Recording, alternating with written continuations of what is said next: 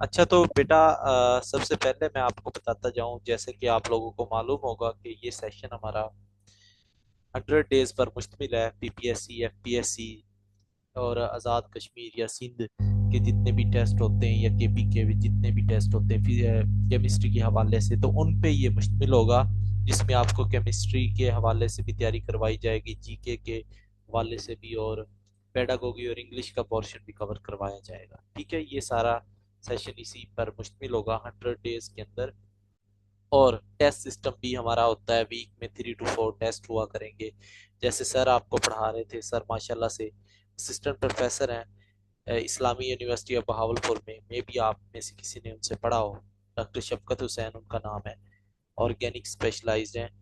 तो मैं चूंकि मेरे बारे में अगर आपको नहीं पता तो मैं आपको बता दूं, myself Mohammad Akmal and I am doing PhD from China. तो बेसिकली मेरी स्पेशलाइजेशन है फिजिकल केमिस्ट्री। और आप लोगों ने भी मुझसे पढ़ा होगा, क्योंकि 4-5 साल से मैं पीपीएससी की तैयारी करवा रहा हूँ। तो बेसिक से आज हम स्टार्ट करेंगे। फिजिकल केमिस्ट्री की डेफिनेशन से हमने देखना है, क्योंकि ये सेशन हमारा यही होगा कि हमने बेसिक से एडवांस की तरफ जाना है। फिजिकल केमिस्ट्री, देखिए, केमिस्ट्री की डिफरेंट ब्रांचेस हैं। तो फिजिकल केमिस्ट्री केमिस्ट्री की वो ब्रांच है जो बेसिकली स्टडी करती है एटम को। एटम को स्टडी करेगी, उसकी प्रॉपर्टीज को। अब प्रॉपर्टीज कौन कौन सी हो सकती हैं?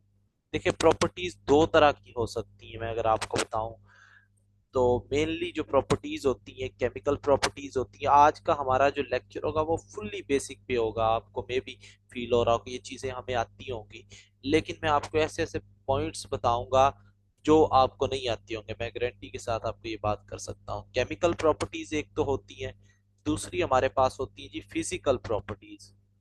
ठीक है, ये दो तरह की प्रॉपर्टीज होती हैं।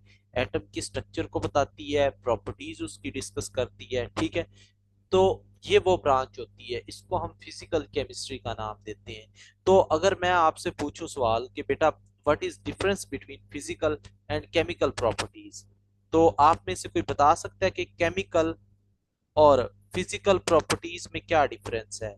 एनीवन? जी, हाँ जी, शाबाश। कोई भी स्टूडेंट। वाटर जो है सॉलिड से लिक्विड में जाता है, ये फिजिकल चेंज है, ये केमिकल चेंज है जी। वाटर का सॉलिड से लिक्विड में जाना।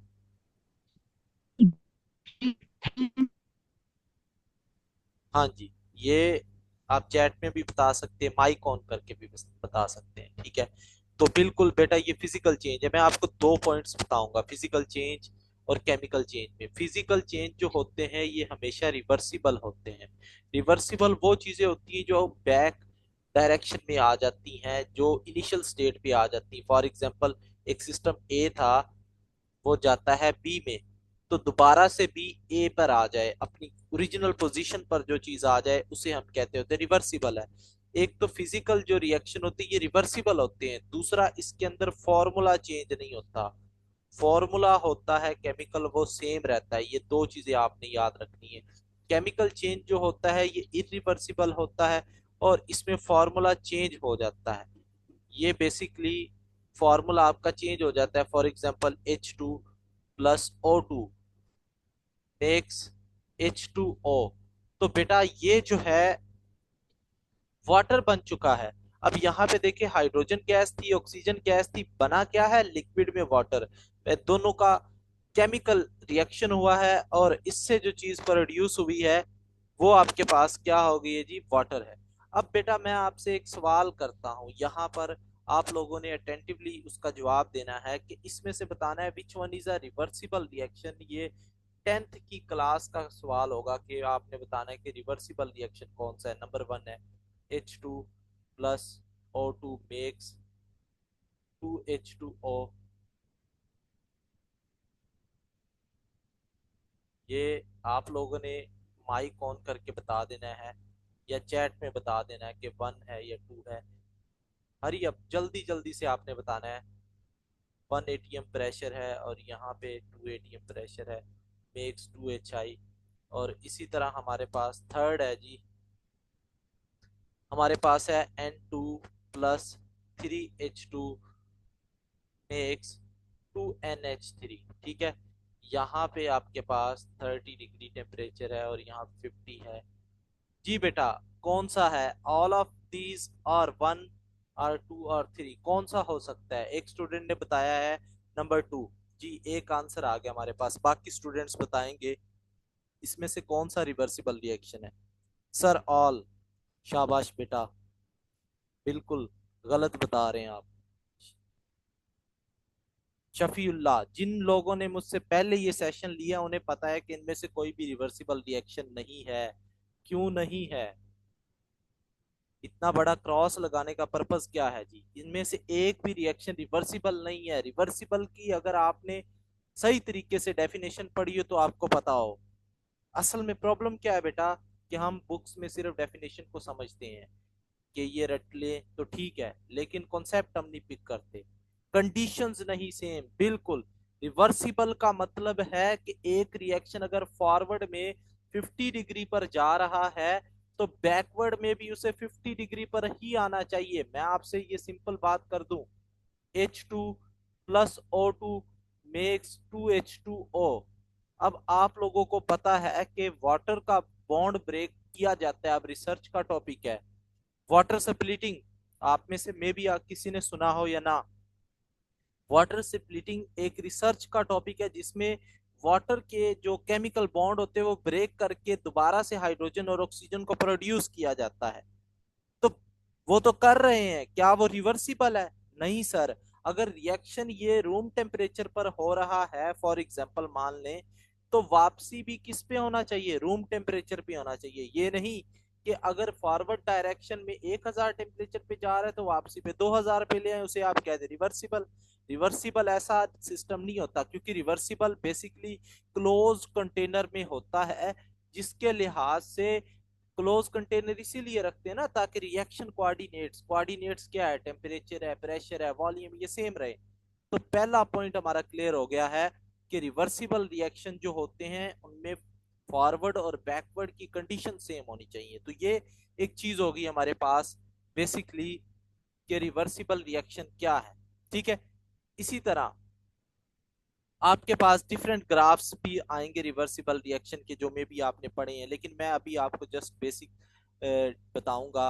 आपने जो बेसिक केमिस्ट्री है फिजिकल की वो टच लेंगे आज। हमने बेसिक पे लेक्चर रखा है, इस तरह से हम आहिस्ता आहिस्ता एडवांस लेवल की तरफ जाते जाएंगे। ठीक है, इसके बाद आपने पढ़ा होगा मॉलिक्यूल। मॉलिक्यूल और कंपाउंड बहुत ही बेसिक है। अगर आपसे कोई 9th 10th का बच्चा पूछ ले तो आपको अगर जवाब ना आता हो तो ये बीइंग अ केमिस्ट हमारे लिए शर्मिंदगी की बात होगी। हाँ जी बेटा, मॉलिक्यूल और कंपाउंड में क्या डिफरेंस है? सारी जिंदगी आप पढ़ते आ रहे हैं मॉलिक्यूल और कंपाउंड। जी, एनीवन, कोई भी स्टूडेंट माइक ऑन करके बता सकता है। जी शाबाश, पार्टिसिपेट किया करें। जैसे सर भी कह रहे थे कम्युनिकेशन गैप है, तो वो कैसे इंप्रूव होगा? आप लोग बताएंगे ताकि मुझे भी आइडिया हो कि आप क्या पता है और क्या नहीं। जी, कोई भी माइक ऑन करके बताए शाबाश के मॉलिक्यूल और कंपाउंड में क्या डिफरेंस है। जी,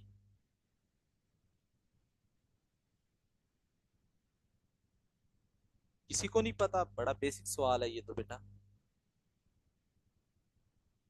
इतने लोग मौजूद हैं यहाँ पर माशाल्लाह से। और अच्छा, मॉलिक्यूल और कंपाउंड, इनको समझने से पहले ना एक कॉन्सेप्ट होता है इंडिपेंडेंट एग्जिस्टेंस। हाँ जी, बिल्कुल ठीक बता रही हैं आप। इंडिपेंडेंट एग्जिस्टेंस का मतलब क्या है? Independent existence. अब आप में से बहुत से लोग ऐसे होंगे बेटा जो खुद की जॉब कर रहे होंगे, खुद कमा रहे होंगे, वो किसी दूसरे पे डिपेंड नहीं करते।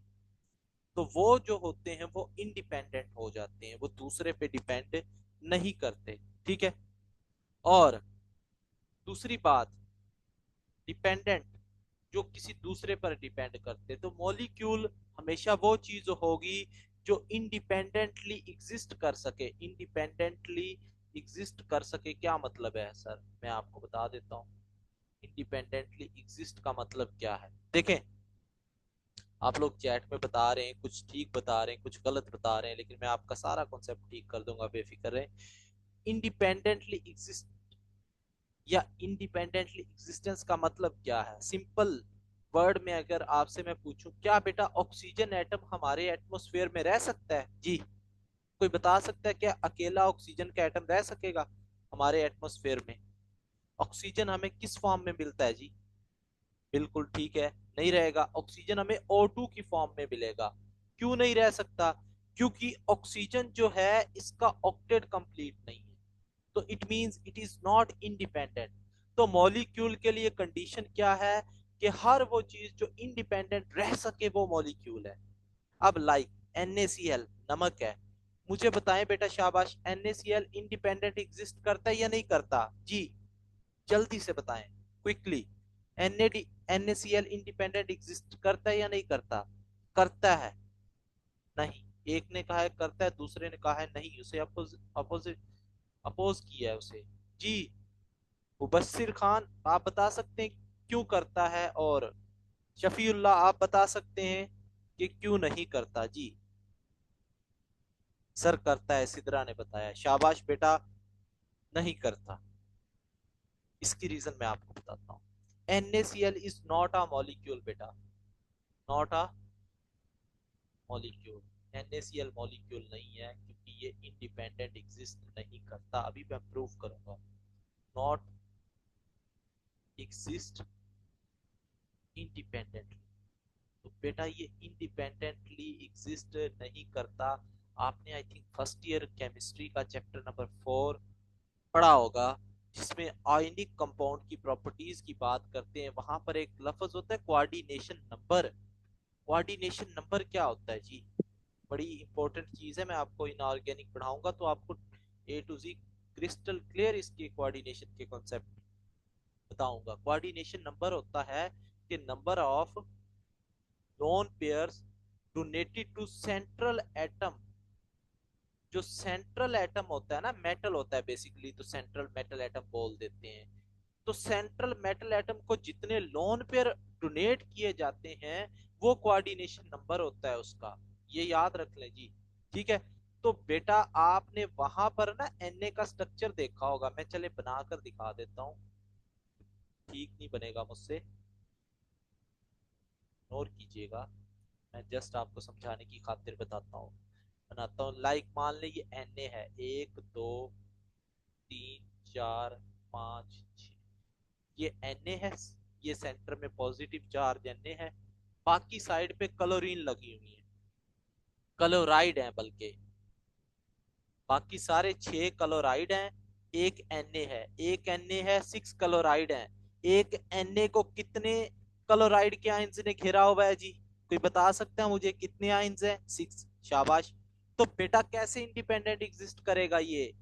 एक Na तो 6 क्लोराइड का मोहताज है, एक Na कितने क्लोराइड का मोहताज है? 6 का। एग्जिस्ट तो तब करता ना जब वो सिंगल फॉर्म में होता, एग्जिस्ट तो तब करता जब वो NaCl की फॉर्म में होता, अकेला होता, लेकिन यहां पर तो सीन ही कुछ और है। ठीक है, तो एक Na जो है वो 6 क्लोराइड की तरफ से सराउंड कर रहा है, तो it means it doesn't exist independently. Independent का एग्जिस्ट का मतलब मैं आपको बताता हूं कैसे। बेटा अगर वाटर के अंदर आप, ये वाटर है मान लें, इसके अंदर चीनी का एक मॉलिक्यूल्स डालते हैं, शुगर का यानी सुक्रोज का एक मॉलिक्यूल इसके अंदर डालते हैं आप, तो सुक्रोज का मॉलिक्यूल ब्रेक नहीं होता, बल्कि वो एज इट इज ही रहता है, वो इसी फॉर्म में ही रहता है। वाटर और सुक्रोज का मॉलिक्यूल एक दूसरे के साथ हाइड्रोजन बॉन्डिंग बनाते हैं, जिसकी वजह से वो हल हो जाता है। जबकि जितने भी आयोनिक कंपाउंड्स होते हैं, NaCl हो गया, KCl हो गया, और आपके पास जो है नाम लेते MgCl2 हो गया, जितने भी आयनिक कंपाउंड है इनको पानी में ऐड तो करें जरा, इनको पानी में ऐड करेंगे तो K पॉजिटिव अलग हो जाता है, Cl नेगेटिव अलग हो जाता है। तो ये तो इंडिपेंडेंट कैसे एग्जिस्ट कर रही है? ये तो सेपरेट हो गए, डिसोसिएट हो गए हैं। अगर मॉलिक्यूल होता तो वो O2 वाटर के अंदर जाकर भी O2 की फॉर्म में ही रहेगा, CO2 पानी के अंदर जाकर भी CO2 की फॉर्म में ही रहेगा, सुक्रोज पानी के अंदर जाकर भी अपनी ओरिजिनल कंडीशन में रहेगा। तो इसलिए मैं कह रहा हूं कि इंडिपेंडेंट जो चीज होगी वो मॉलिक्यूल है। तो आप कह सकते हैं कि सर जितने भी आयनिक कंपाउंड्स हैं वो कंपाउंड होते हैं, वो मॉलिक्यूल नहीं होते। जितने भी आयनिक कंपाउंड्स होते हैं वो कंपाउंड्स होते हैं, वो मॉलिक्यूल नहीं होते। आई होप अब आपको समझ आएगी। अब मॉलिक्यूल और कंपाउंड के डिफरेंस पे चलते हैं। मॉलिक्यूल और कंपाउंड के डिफरेंस पे चलते हैं। अब देखिए ये 9th 10th के सवाल हैं, ठीक है। तो ये बड़े बेसिक चीजें हैं, ठीक है बेटा। तो अब बात करते हैं, देखिए मॉलिक्यूल जो होता है ये एक तो इंडिपेंडेंट होगा, ठीक हो गया। और कंपाउंड जो होगा ये इंडिपेंडेंट हो भी सकता है और नहीं भी, नॉट। मैं अभी बताऊंगा। मॉलिक्यूल जो होता है ये आप याद रख ले, मॉलिक्यूल सेम एटम से मिलकर भी बन सकता है और डिफरेंट से भी बन सकता है, जबकि कंपाउंड जो होगा वो ऑलवेज डिफरेंट एटम से मिलकर बनता है। बस ये दो डिफरेंस है, ऑलवेज डिफरेंट एटम्स होंगे इसमें। कैसे जी? आपको मैं मिसाल दे देता हूँ कि O2 is a molecule, N2 is a molecule, ठीक है, CO2 is a molecule, H2 is a molecule। और इसमें आप H2O, ये भी एक कंपाउंड है, NaCl एक कंपाउंड है, KCl एक कंपाउंड है। इसी तरह H2SO4 ये मॉलिक्यूल भी है, H2SO4 कंपाउंड भी है। क्योंकि कंपाउंड के लिए कंडीशन सिर्फ यही है कि वो हमेशा डिफरेंट होगा। मॉलिक्यूल के लिए कंडीशन क्या है? वो डिफरेंट भी हो सकता है और सेम भी हो सकता है, डिपेंड करता है कि वो इंडिपेंडेंट एग्जिस्ट करता है या नहीं। मॉलिक्यूल के लिए मेन कंडीशन यही है कि वो इंडिपेंडेंट एग्जिस्ट करना चाहिए, ठीक है। तो इस बात को आपने याद रखना है। तो होपफुली आपको मॉलिक्यूल और कंपाउंड का डिफरेंस भी समझ आ गया होगा। तो बेटा ऐसी बहुत सी चीजें मैं आपको बताता हूँ, लाइक अगर हम बात करते हैं एक मॉलिक्यूलर आयन की, ये मैं जस्ट वो चीजें आपको बता रहा हूँ जो जहां पर आपको प्रॉब्लम आ रही होगी। मुझे पता है कि पाकिस्तान में स्टूडेंट्स ने कैसी केमिस्ट्री पढ़ी है, यूनिवर्सिटी लाइफ में भी हमें उतने अच्छे टीचर्स नहीं मिलते, ठीक है। H2 बोथ बेटा मॉलिक्यूल भी है कंपाउंड भी है, ठीक है, क्योंकि H2 इंडिपेंडेंट एग्जिस्ट करता है ना। मॉलिक्यूलर आयन, अब देखिए मॉलिक्यूलर आयन क्या होता है। मॉलिक्यूलर आयन क्या चीज है उसकी बात करें। देखिए मॉलिक्यूलर आयन वो चीज होती है बेटा जब एक एक मॉलिक्यूल क्या करे। एक तो आयन होता है ना, सिंपल आयन क्या होता है कि जब एक एटम जो होता है वो इलेक्ट्रॉन गेन कर ले या लूज कर दे तो आयन फॉर्मेशन होती है। तो मॉलिक्यूलर आयन कौन सा होगा? मॉलिक्यूलर आयन क्या होगा जब एक मॉलिक्यूल लूज करे या गेन करे। क्या गेन करे या लूज करे सर? ये इलेक्ट्रॉन को गेन करे या लूज करे तब जो चीज बनेगी वो मॉलिक्यूलर आयन होगी। मैं आपको एक मिसाल से पूछूंगा आपसे कि बेटा इनमें से बताना है कौन सा मॉलिक्यूलर आयन है। Number 1 O2 positive, NH4 positive 3, और SO4 नेगेटिव 4 हमारे पास, F2 पॉजिटिव। जी बेटा इनमें से आपने बताना है कौन सा मॉलिक्यूलर आयन नहीं है। हाँ जी, एनीवन, कोई भी स्टूडेंट बता सकता है कि चार आपके पास ऑप्शन है, इनमें से कौन सा मॉलिक्यूलर आयन नहीं हो सकता। जी, which one is not a molecular ion? शाबाश बताएं। गलतियां होती हैं, गलतियों से सीखें, लेकिन दोबारा उन मिस्टेक को रिपीट ना करें। जी बताएं, शाबाश चैट में बताएं या माइक ऑन करके जैसे आपको मन। हाँ जी, तो 1 सर ये और 4। फर्स्ट वाला, जी फर्स्ट वाला, सर फर्स्ट फर्स्ट वाला। फर्स्ट वाला मॉलिक्यूलर आयन नहीं है, ये सारे आयन्स ही हैं। अच्छा, मे बी NH4, फोर्थ वाला ऑप्शन फ्लोरीन का बता रहे हैं कुछ। तो बेटा मैं आपको यहाँ पर भी आपके डाउट्स क्लियर कर देता हूँ। अभी आपको मॉलिक्यूल का कॉन्सेप्ट बताया ना, तो अभी दोबारा से उसको रिवाइज करने की बारी आती है। देखें, ये भी मॉलिक्यूलर आयन है, ये भी है, ये भी है, सिवाय सेकंड के। जिन लोगों ने मे भी कहा है उन्हें भी डाउट था, इट मींस। और फोर ज्यादातर लोगों ने कहा। मैंने जानबूझकर फ्लोरीन बनाया था। आप लोग सोच रहे होंगे कि इसकी तो इतनी ज्यादा इलेक्ट्रॉन एक्टिविटी, कैसे इलेक्ट्रॉन देगा। ये कॉन्सेप्ट होता है ना हमारे माइंड में कि फोर इलेक्ट्रॉन एक्टिविटी, ये तो गेन करेगा। बनाने को तो हम कुछ भी बना सकते हैं, है तो मॉलिक्यूल ना। बात तो ये है। अब NH4 पॉजिटिव क्यों नहीं है मॉलिक्यूलर आयन, इसके पीछे चलते हैं। मॉलिक्यूलर आयन के लिए क्या कंडीशन बताई है बेटा मैंने, कि मॉलिक्यूल लूज करेगा। क्या करेगा? लूज करेगा या गेन करेगा इलेक्ट्रॉन को। बात क्या है, मॉलिक्यूल की कर रहा हूं। मॉलिक्यूल लूज करेगा इलेक्ट्रॉन को या गेन करेगा, ये बात हमने की है। ठीक है। लेकिन NH4 पॉजिटिव की अगर हम बात करें, तो यहां पर ये कैसे बनता है। बात तो ये है ना बेटा, समझे इसकी केमिस्ट्री समझे। ये बनता कैसे, NH3 से और हाइड्रोजन से। आपने पढ़ा हुआ है ना, लेविस एसिड और बेस। कितने जी सर जी। स्टूडेंट्स हैं जिन्हें नहीं पता लेविस एसिड और बेस का। लेविस एसिड वो चीज होती है जो lone pair of electron accept करे। लोन पेयर ऑफ इलेक्ट्रॉन क्या करे जी, एक्सेप्ट करे। और लेविस बेस वो चीज होती है, नाइट्रोजन के पास लोन पेयर ऑफ इलेक्ट्रॉन है, लोन पेयर ऑफ इलेक्ट्रॉन जो है वो डोनेट करे। लेविस बेस वो चीज है बेटा जो लोन पेयर ऑफ इलेक्ट्रॉन्स क्या करे, जो लोन पेयर ऑफ इलेक्ट्रॉन्स क्या करे, डोनेट करे। समझ आ रही है बात की। तो NH3 लेविस बेस है और H पॉजिटिव लेविस एसिड है। अब ये क्या करेगा, अपना लोन पेयर इसको डोनेट करेगा और ये बना देगा NH4 पॉजिटिव। अब यहाँ पर बॉन्ड कौन सा बना है, कोई बता सकता है मुझे? एनीवन, कोई भी स्टूडेंट आप में से बताना पसंद करे जी। कौन सा बॉन्ड बना है बेटा, कौन सा बॉन्ड बना है? Coordinate covalent bond sir. Coordinate covalent. Coordinate covalent. मुझे कोई भी स्टूडेंट ये बात बता सकता है कि यहाँ पर कंप्लीट ट्रांसफर ऑफ इलेक्ट्रॉन हुआ है या शेयरिंग हुई है जी?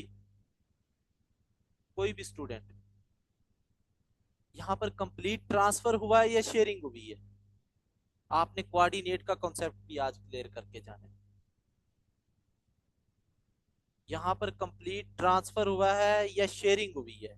कोई भी माइक ऑन जी करके बता दे सर, जी। One sided sharing. One sided sharing. Sharing हुई है बेटा, यहाँ पर ट्रांसफर नहीं हुआ।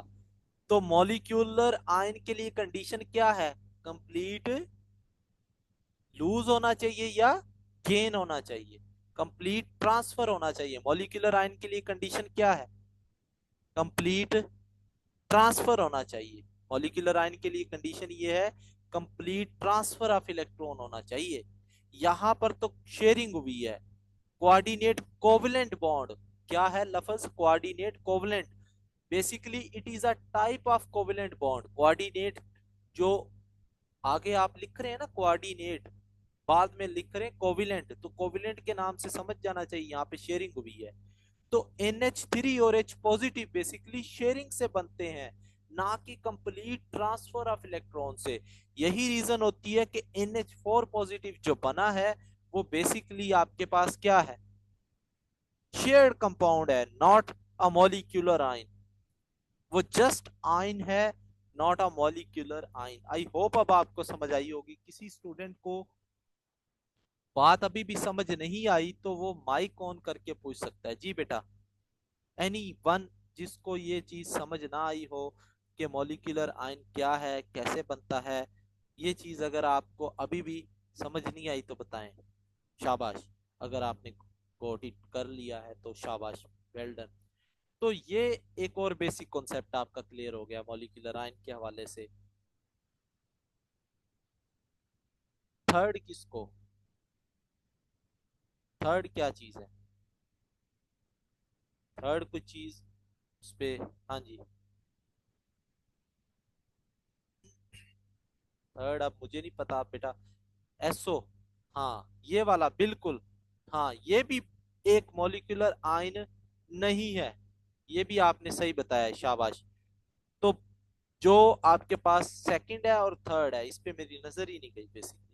ये भी मॉलिक्यूलर आयन नहीं है थर्ड वाला, क्योंकि ये बेसिकली H2SO4 जब डिसोसिएट होता है तो तब ये आयन्स है, ये कॉम्प्लेक्स आयन कहलाता है बेसिकली, ये मॉलिक्यूलर आयन नहीं है। शाबाश, आपने ठीक बताया, मेरी इस पे नजर नहीं पड़ी, ध्यान नहीं गया, आप ये कह सकते हैं। तो बेसिकली ये एक कॉम्प्लेक्स आयन है जिसमें नंबर ऑफ एटम्स होते हैं, उसे कॉम्प्लेक्स आयन बोलते होते हैं, ठीक है। तो ये आपके पास क्या है, बेसिकली ये है पॉजिटिव आयन और ये है नेगेटिव आयन। तो जस्ट ये आयन्स होते हैं, ये आपके पास मॉलिक्यूलर आयन नहीं होते। तो ये अभी हमने ये बातें की है कि आयन क्या है, फिजिकल चेंज क्या है, केमिकल चेंज क्या है, मॉलिक्यूलर आयन क्या है, कोऑर्डिनेट कोवलेंट बॉन्ड क्या है, ये थोड़ा सा अभी हमने पढ़ा है। और आज एक चलें, ये बेसिक्स हैं, थोड़ी सी आपको पता होगी। देखें, कोऑर्डिनेट कोवलेंट और कोवलेंट बॉन्ड को आइडेंटिफाई करना वेरी टफ। अगर आपने सत्या प्रकाश की बुक पढ़ी हो तो उसमें क्लियर वर्ड्स में लिखा हुआ है कि कोऑर्डिनेट कोवलेंट और कोवलेंट बॉन्ड को आप आइडेंटिफाई नहीं कर सकते जब ये बन जाता है। तो इन्हें आइडेंटिफाई कैसे करते हैं, देखिए अगर आपने फॉर एग्जांपल बनाया है, ये NH3 है, आपको पता है ना, इसमें इसमें आप मुझे बता सकते हैं कोई स्टूडेंट कि इसमें जो सारे के सारे बॉन्ड्स है वो कोवलेंट है या कोऑर्डिनेट है? जी, इसमें कोई एक आध कोऑर्डिनेट है या नहीं है? हाँ जी, तो सारे कोवलेंट है। कोवलेंट है, पता है आपको, सिंपल, क्योंकि इसके पास अभी लोन पेयर है। लेकिन अगर आपसे ये कंपाउंड के बारे में पूछूं, NH4 पॉजिटिव, इसमें कोऑर्डिनेट है या नहीं है? जी, यस है सर। है। तो बेटा ये आप अकॉर्डिंग टू वैलेंसी बता सकते हो कि इसमें कोऑर्डिनेट कोवलेंट है या नहीं है। तो वो चार्ज से दूसरी चीजों को देखकर आप उसको आइडेंटिफाई करवा सकते हो, अदरवाइज आप उसको वैसे नहीं आइडेंटिफाई कर सकते, क्योंकि यहाँ पर चार बॉन्ड्स बने हैं ना, देखें चार बॉन्ड्स बने हैं, एक और है, इसका स्ट्रक्चर मैं ठीक नहीं बता रहा अभी। ऐसे तो ये होता है कहीं आप समझे कि सर कोई नहीं पता स्ट्रक्चर इसका, ऐसी बात नहीं होता। ये टेट्राहेड्रल स्ट्रक्चर होता है, ठीक है। तो यहाँ पर ये बेसिकली है जो एरो वो बता रहा है कि यहाँ से डोनेशन हो रही है, ठीक है, टेट्राहेड्रल। आपको शेप और ज्योमेट्री का फर्क पता है या नहीं है? शेप और ज्योमेट्री का, जी, शेप और ज्योमेट्री का आपको फर्क पता है या नहीं बेटा? एनीवन? बुक बेटा जब हम सेशन स्टार्ट करेंगे तो तब आपको सारी बुक्स जो होंगी, सेशन हमारा एक दो दिन में स्टार्ट होने वाला है, बस ये एक आध लेक्चर रह गया हमारा डेमो, तो उसके बाद हम अपना सेशन प्रॉपर वे से स्टार्ट करेंगे। जस्ट ये आपको बेसिक्स में अभी बता रहा हूँ, लेकिन तब हमने एक स्टार्ट लेना है प्रॉपर A to Z, आपको सिलेबस उसका कवर करवाया जाएगा जो भी PPSC में है। और इंशाल्लाह आपको पता चलेगा कि केमिस्ट्री आपने पढ़ी है, आपने यूनिवर्सिटी में जो केमिस्ट्री पढ़ी और जो हम आपको पढ़ाएंगे, तो इंशाल्लाह आपको बहुत बड़ा डिफरेंस पता चलेगा। देखिए शेप क्या होती है, दो चीजें होती है ना हमारे पास, एक जनरल वर्ड होता है इलेक्ट्रॉन पेयर। इलेक्ट्रॉन पेयर क्या है? इलेक्ट्रॉन पेयर दो चीजों पर मुश्तमिल हो सकता है, लोन पेयर और बॉन्ड पेयर, ठीक है, lone pair and bond pair. तो लोन पेयर क्या होता है? जो पार्टिसिपेट नहीं करता रिएक्शन में, do not participate in reaction. और बॉन्ड पेयर क्या होता है? जो पार्टिसिपेट करता है, जो क्या करता है? पार्टिसिपेट करता है, ठीक हो गया, जो पार्टिसिपेट करता है। फॉर एग्जाम्पल अगर हम बात करें तो CH4, तो इसमें सारे के सारे जो बॉन्ड पेयर हैं, अगर हम बात करें NH3, इसके ऊपर एक लोन पेयर, तो ये लोन पेयर होगा, ठीक है। अब दो तरह के हमने पेयर पढ़ लिए, lone pair and bond pair. अगर हम बात करें शेप की, जैसा कि हम वाटर की सिंपलेस्ट मॉलिक्यूल है, इसकी मिसाल ले लेते हैं। अगर तो हम कंसीडर करें सिर्फ और सिर्फ बॉन्ड पेयर, एक ये बॉन्ड पेयर बना हुआ है, दूसरा ये, इसके ऊपर दो लोन पेयर भी हैं, उसको हम कंसीडर नहीं कर रहे। अगर सिर्फ और सिर्फ हम कंसीडर करते हैं बॉन्ड पेयर को, तो बेटा जी ये आपके पास जो होगी वो इसकी शेप होगी। ये क्या होगी? शेप होगी। और इसकी शेप क्या है? वी शेप है, बेंट है, एंगुलर है, सर एंगुलर है, इसकी शेप बेंट है, वी शेप है। ये आप इसके 3-4 नेम जो है बता सकते हैं, ठीक है। Bent angular V shape. और अगर हम यहाँ पर ऑक्सीजन के लोन पेयर्स को भी कंसीडर कर लें, ये और ये, अब आप देख सकते हैं इसकी टेट्राहेड्रल शेप बन चुकी है, 4 इसके कॉर्नर्स बन चुके हैं, टेट्राहेड्रोन की तरह ये नजर आ रहा है। तो अगर आप बात करो lone pair plus bond pair दोनों का कॉम्बिनेशन होगा, तो वो आपके पास क्या चीज होगी जी? वो आपके पास ज्योमेट्री होगी, वो आपके पास ज्योमेट्री होगी। और जब भी आपसे सवाल पूछते हैं पीपीएससी में, इस तरह के सवाल आते हैं, सर बताने से कासिर रहे हैं, वो बता देंगे भी बाद में ऑर्गेनिक के हवाले से। माशाल्लाह सर का बहुत ज़्यादा एक्सपीरियंस है, और सर पेपर वगैरह भी सेट करते रहे पीपीएससी का, तो इसलिए देखें हमारे पास है जी, हमारे पास है कि electronic electronic shape of H2O।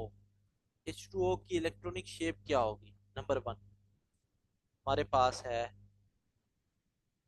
Angular, number 2 trigonal planar, number 3 tetrahedral, number 4 octahedral. हाँ जी, कौन सी इसकी इलेक्ट्रॉनिक शेप होगी जी बेटा? इलेक्ट्रॉनिक शेप कौन सी होगी इसकी? थ्री वाला सर। हाँ जी, थ्री वाला सर। 3 वाला। और कोई शेप, इलेक्ट्रॉनिक शेप की बात कर रहे हैं? हाँ जी, सर फर्स्ट वाला एंगुलर। एंगुलर होगा। यही मिस्टेक मैं आपसे करवाना चाह रहा था, और मुझे पता था आपने करना है। इलेक्ट्रॉनिक में कौन कौन सी चीजें आती थी, अभी हमने पढ़ा था। इलेक्ट्रॉनिक में इलेक्ट्रॉन्स आते होते हैं ना, और इलेक्ट्रॉन्स कितनी तरह के होते हैं बेटा जी? बताएं जरा। लोन पेयर भी होते हैं और बॉन्ड पेयर भी होते हैं। तो इलेक्ट्रॉनिक शेप कौन सी आएगी? हाँ जी, इलेक्ट्रॉनिक शेप मीन ज्योमेट्री ही होती है। इलेक्ट्रॉनिक शेप मीन ज्योमेट्री, तो tetrahedral will be the correct option. तो बेटा ये 5 मिनट हमारी मीटिंग के रह चुके हैं। कोई भी सवाल है आपका तो पूछें। आज का लेक्चर हम यहीं पे एंड करेंगे इंशाल्लाह, फिर एक प्रॉपर हमारा 1-2 दिन में स्टार्ट हो जाएगा सेशन। और जो लोग ज्वाइन करना चाहते हैं हमें, वो इस नंबर पर कांटेक्ट कर सकते हैं। 5000 फी है, ठीक है जी, 100 डेज के सेशन की। तो ये हमारा कांटेक्ट है। 3 teachers will teach you, one of them is assistant professor, other 2 are also qualified teachers. So 100 days का सेशन है जिसमें आपको ऑल ब्रांचेस ऑफ केमिस्ट्री पढ़ाई जाएंगी, ठीक है। और जो स्टूडेंट्स अर्ली फी पे करेंगे उनके लिए 1000 का डिस्काउंट है होगा, 4000 फी होगी, ठीक है, जो अर्ली फी पे करेंगे। हाँ जी, बुक वगैरह वो सारा आपको बता देंगे, ठीक है। हाइब्रिडाइजेशन बेटा बहुत आसान है, मैं आपको एक ट्रिक बता दूंगा। अब हमें तो वो फिंगर टिप्स पर रट गई है ना, दोनों की हाइब्रिडाइजेशन सेम है, दोनों की हाइब्रिडाइजेशन sp3 है। वो ट्रिक बता दूंगा 1/2। यहाँ पे इसके आखिरी शेल में इलेक्ट्रॉन्स कितने हैं वो आपने काउंट करने होंगे, और इस पे चार्ज कितना है जी, ठीक है। इस पे 4 और 8 हो जाएगा, तो इसकी हो जाएगी 4। और सिमिलरली 5 और 3, 8 और 2। आसान ट्रिक है, लेकिन अभी मैं चलें अभी आपको 1 मिनट में बताता हूँ। देखें, आपने हाइब्रिडाइजेशन किसी भी एटम की निकालनी है तो 1/2 करेंगे, और आप जो सेंट्रल एटम होता है उसके आप इलेक्ट्रॉन चेक करते हो कि उसके पास इलेक्ट्रॉन कितने, प्लस उसके ऊपर अगर पॉजिटिव चार्ज है तो उसको माइनस कर देना है, अगर नेगेटिव चार्ज है तो उसको ऐड कर देना है। और साथ में मोनोवैलेंट एटम कितने हैं? मोनोवैलेंट एटम वो होते हैं जिनकी वैलेंसी 1 होती है, मोनोवैलेंट एटम। ये हाइब्रिडाइजेशन निकालने की ट्रिक है, जल्दी मैं बता रहा हूँ, टाइम कम है। मैं अभी आपको बताता हूँ NH3। अब NH3 के नाइट्रोजन के आखिरी शेल में कितने इलेक्ट्रॉन है? 5, 1/2, 5 नाइट्रोजन। अमोनिया के ऊपर कोई चार्ज है? नहीं है, जीरो चार्ज है। और मोनोवेलेंट एटम कितने? 3 है। +3 कर दो, टोटल कितना हो गया? 8। 8/2 इज इक्वल टू 4। तो इसकी हाइब्रिडाइजेशन 4 आ गई। NH4 पॉजिटिव की हाइब्रिडाइजेशन निकालते हैं जी। अब देखो 1/2, नाइट्रोजन के आखिरी शेल में कितने इलेक्ट्रॉन है? 5। और इसके ऊपर चार्ज कितना? +1। +1 का मतलब क्या? उसने एक इलेक्ट्रॉन लूज किया हुआ, तो उसको माइनस करोगे। और मोनोवेलेंट एटम कितने? +4।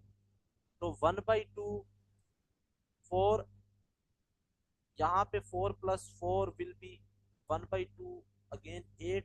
तो ये आंसर आ जाएगा 4। ठीक है, तो बहुत आसान चीजें बेटा, जब आप मेरे साथ अटैच होंगे तो आपको पता चलेगा केमिस्ट्री क्या चीज है। ये बहुत बेसिक सी चीजें हैं। हर मॉलिक्यूल के लिए नहीं होगा ये 90%। इसके लिए एक ट्रिक मैं और बताता हूँ केमिकल बॉन्डिंग में, वो भी आपसे शेयर करूंगा, जो हर मॉलिक्यूल के लिए होगी, बेफिक्र रहें।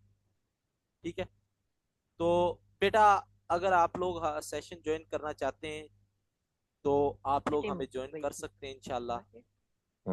ये आपकी जिंदगी बदल सकता है केमिस्ट्री के हवाले से। जो आपने कॉन्सेप्ट सीखे हैं वो सारा आपके क्लियर हो जाएंगे इस सेशन में। कोई और सवाल है अगर आपका तो बताएं। हाँ जी, सिलेबस कवर हो जाएगा सारा इंशाल्लाह जी। एनी मोर क्वेश्चन तो आप पूछ सकते हैं, शाबाश।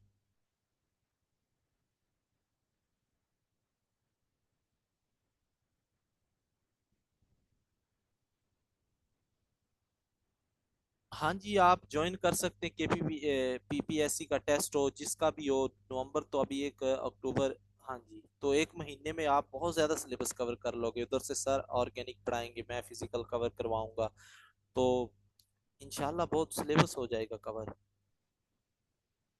बेटा आपने ये गलत पढ़ा है कि generally we refer each to as a molecule not a compound. ये कोई सवाल नहीं है, और दूसरा ऐसा कहीं भी लिखा नहीं है। ठीक है, H2O मॉलिक्यूल भी और कंपाउंड भी है, ऐसी कोई भी सूरत हाल नहीं है। और मजे की बात बताऊं, कंपाउंड की टाइप होती है मॉलिक्यूल, अगर आपको मैं बता दूं तो कंपाउंड की टाइप है मॉलिक्यूल बेटा, इसको माइंड में रख लें। ठीक है, एक बाप होता है ना बड़ा घर का सरबराह, तो कंपाउंड इन सब का सरबराह है। ठीक हो गया, उसके बाद आता है मॉलिक्यूल। तो इस चीज को अंडरस्टैंड करें।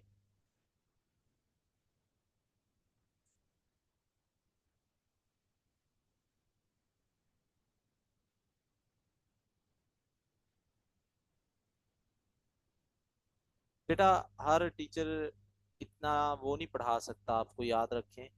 थोड़ी सी एफर्ट करनी पड़ती है कॉन्सेप्ट गेन करने के लिए। ठीक है, तो आज की मीटिंग का टाइम एंड हो गया है। तो अगर आप ज्वाइन करना चाहें हमें तो आप कर सकते हैं इंशाल्लाह।